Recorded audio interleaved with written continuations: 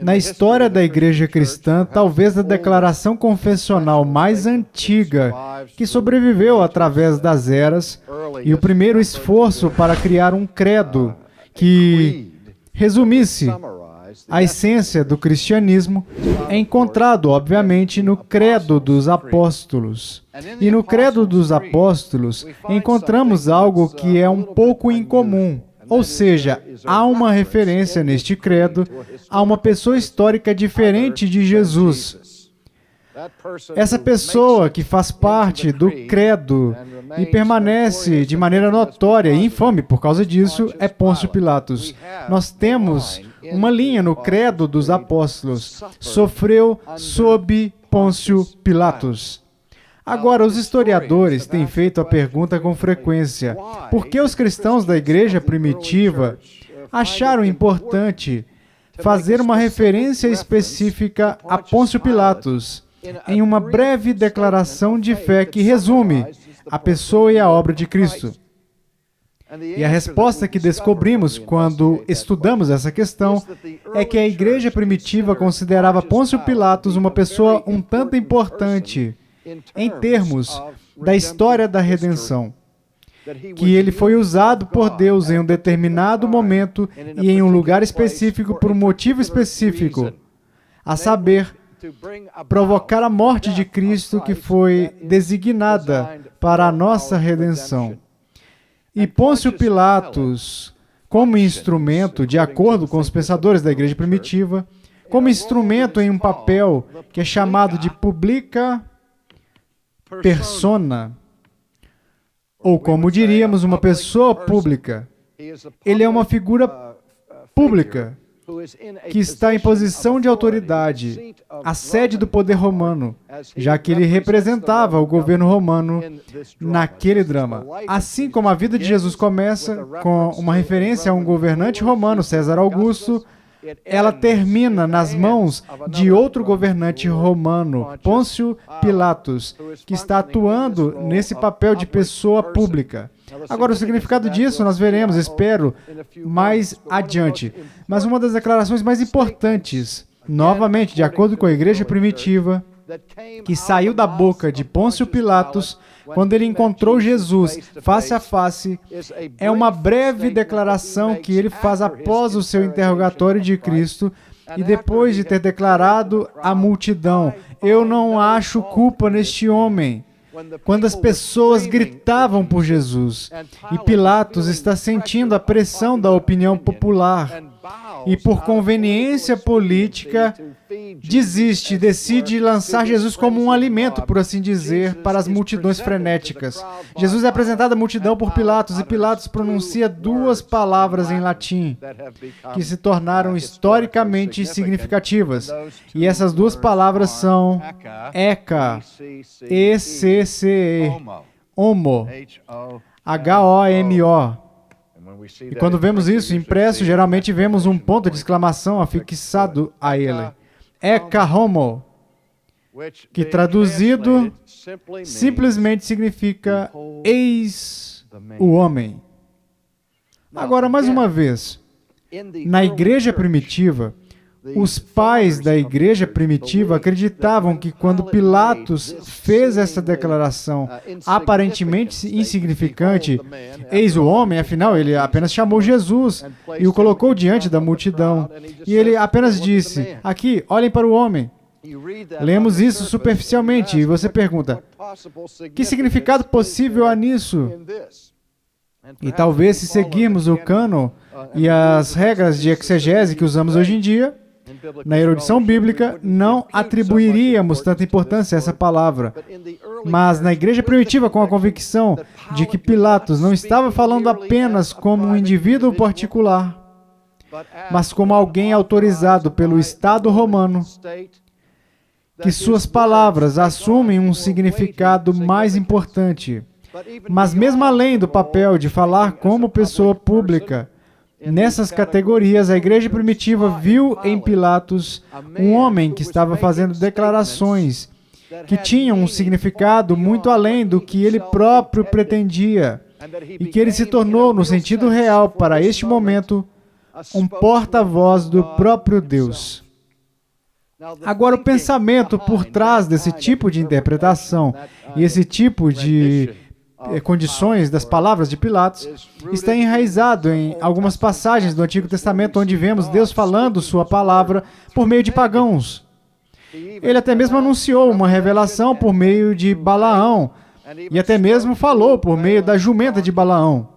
E a ideia é se ele pode falar por meio da jumenta de Balaão, pode falar por meio de Pôncio Pilatos, ou pode falar por mim, o que é ainda mais apropriado para se conectar com a jumenta de carga de Balaão. Mas, em qualquer caso, o pensamento da igreja primitiva é que aqui estava uma declaração dirigida pelo Espírito de um governante secular que vai mais fundo do que a superfície das palavras, quando ele diz, eis o homem.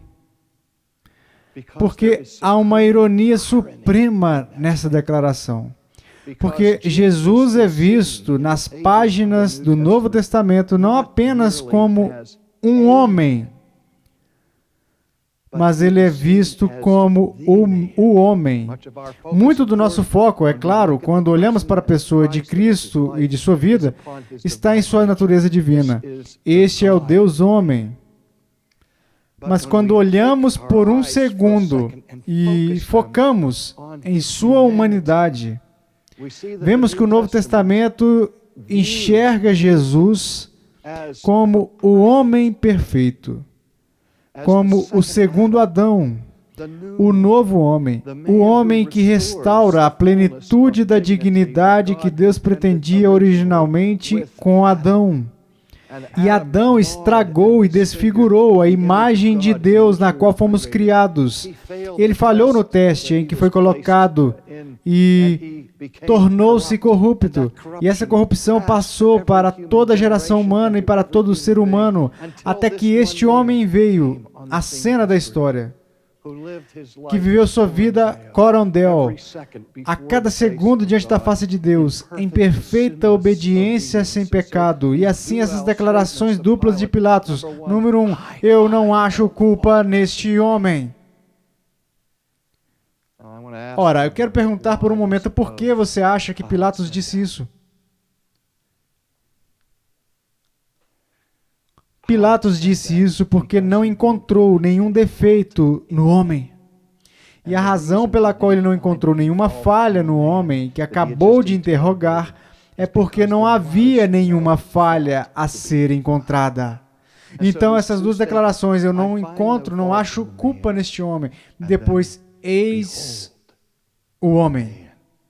Eis o homem. E falo particularmente hoje para homens que buscam modelos, que buscam heróis, que sofrem algum tipo de crise de identidade com sua própria masculinidade. Se você quiser descobrir o que significa ser um homem no sentido mais amplo da palavra, ouça Pôncio Pilatos quando ele diz, Ecce homo, eis o homem.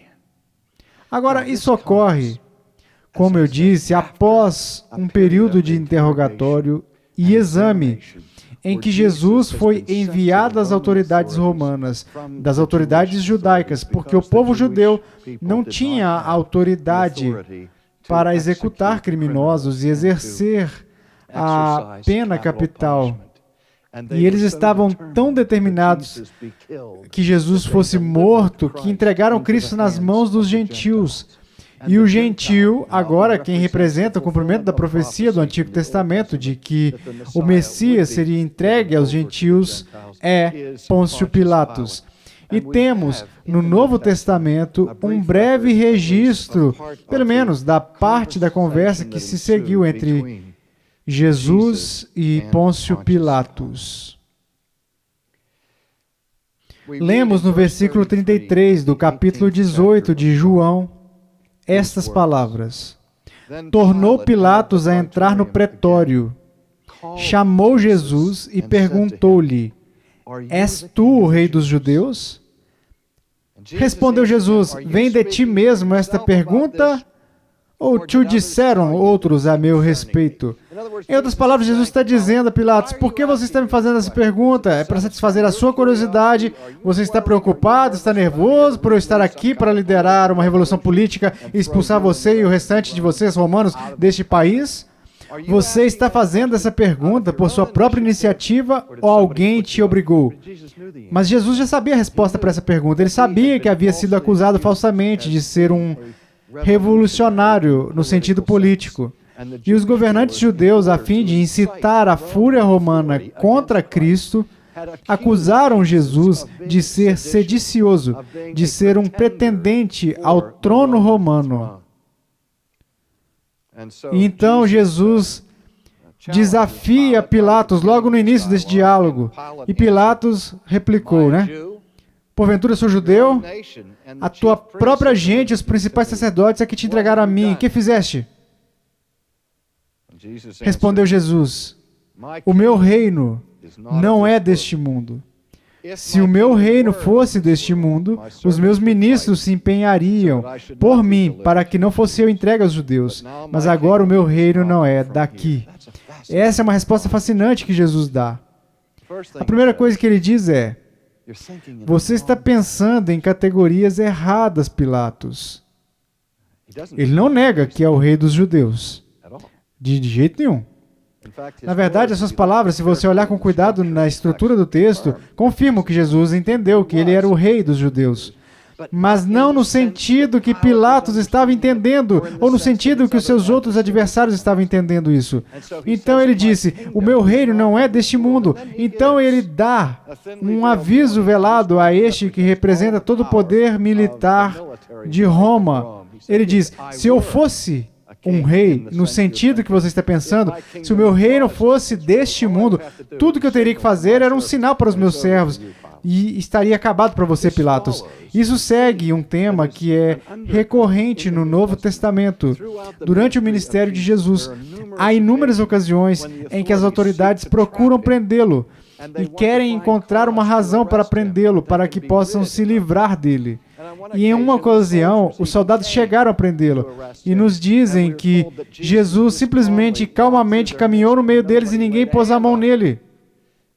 E aqueles que foram enviados como essa delegação ficaram surpresos e voltaram dizendo, nunca conhecemos nenhum homem como este, nunca ouvimos alguém assim, porque ele falou como alguém que tinha exúcia, como tendo autoridade poderosa.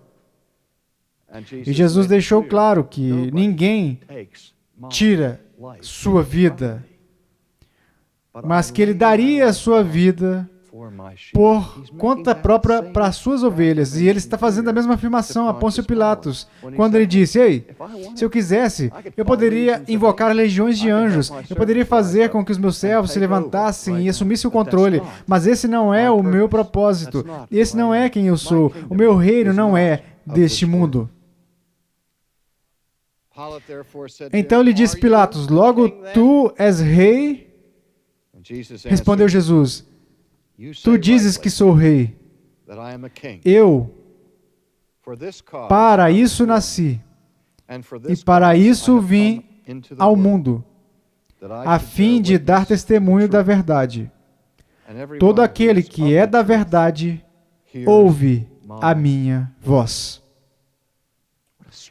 Que virada esquisita, que reviravolta no diálogo. Estamos falando sobre realeza, estamos falando sobre política. Então você é um rei? Pilatos disse.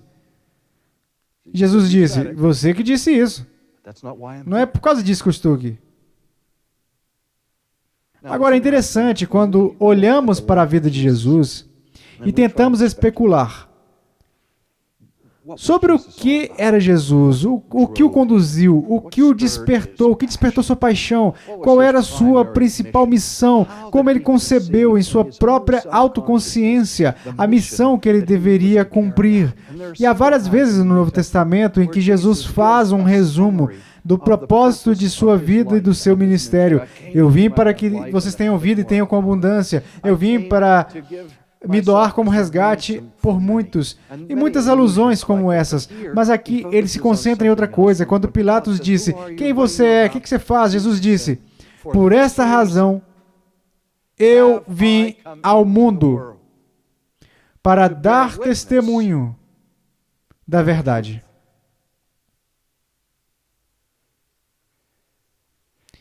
Isso é o que eu sou, Pôncio Pilatos. A minha missão não é trazer a paz. A minha missão não é trazer unidade. A minha missão é trazer a verdade. Falar a verdade. Agir pela verdade. Fazer a verdade e dizer a verdade. Se alguma vez a igreja precisou ouvir isso de novo, é hoje em dia. Porque vivemos em uma época em que a agenda da igreja está focada em tudo, menos na verdade. Por quê? Porque a verdade inevitavelmente divide. A verdade causa polêmica. A verdade cria alvoroço. As pessoas ficam furiosas com os debates de doutrina e teologia.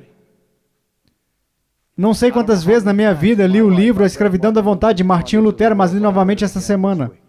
Eu continuo voltando até Lutero, e enquanto Lutero está cruzando espadas com Desiderius Erasmus de Roterdã, Erasmus está assumindo a posição durante essa grande controvérsia do século XVI do reconciliador, do pacificador. E ele está implorando a Lutero para não ensinar as suas doutrinas abertamente, porque elas causarão um alvoroço. Eles disseram, Lutero, seu ensino sobre a soberania de Deus, por exemplo, e sobre a primazia da graça, por exemplo, e seu ensino sobre a escravidão da vontade humana, essas questões irão criar todos os tipos de fúria. Uma comporta da iniquidade será aberta. Então ele adverte Lutero e implora a Lutero para não ensinar sobre essas coisas. E Lutero fica indignado. E ele disse, não pode haver a possibilidade da presença da palavra de Deus neste mundo sem haver tumulto seguindo-a. Sempre que a verdade de Deus é proclamada claramente, não importa quão gentilmente, não importa quão cativante, não importa quão caridosamente, quando a palavra de Deus é claramente proclamada, o próprio inferno se levanta em fúria. E surge a controvérsia. E Lutero diz a Erasmus que é um fardo terrível para ele, que ele odeia a controvérsia que envolve os seus ensinamentos. Ele diz, eu não sou uma pedra, eu não sou uma pessoa sem sentimentos, eu sei que as pessoas me odeiam e dizem coisas vis sobre mim. Mas é o meu dever pregar a palavra de Deus. Ora, as pessoas não se relacionam com isso hoje em dia. Toda a filosofia é, não balance o barco, evite as controvérsias. E para fazer isso, temos que deixar de dar testemunho da verdade. E aqui é onde temos que olhar para Cristo, que definiu toda a sua missão em termos de dar testemunho da verdade. Então ele faz esse comentário, e aqueles que são da verdade ouvem a minha voz. Pilatos agora responde com a famosa pergunta, o que é a verdade? Aqui é onde estamos em desvantagem. A Bíblia não nos diz nada sobre a sua expressão facial, seus gestos ou o tom de voz quando ele fez essa pergunta. Foi sarcástico? Foi cínico? Ele disse, veja Jesus, presunçoso, e disse, verdade, o que é a verdade? A verdade é o que você quiser que ela seja. A verdade está nos olhos de quem vê. A verdade é relativa.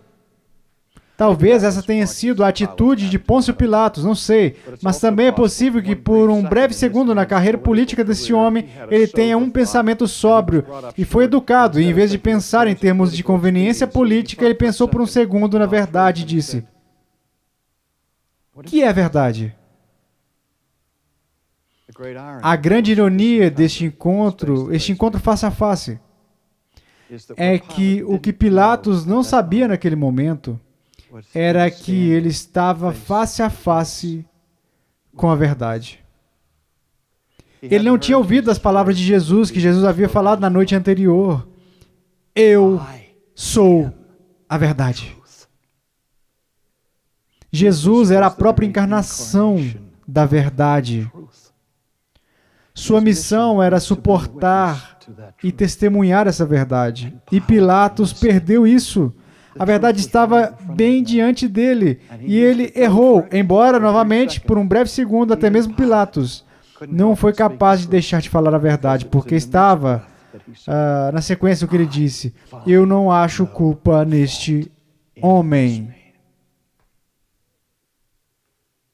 Por um momento, Pôncio Pilatos entendeu e falou a verdade. Então ele disse, para o benefício da multidão, mas acredito mais importante para o benefício da história, Ecce homo. Eis o homem. Eis o homem verdadeiro. Eis a verdade sobre o homem.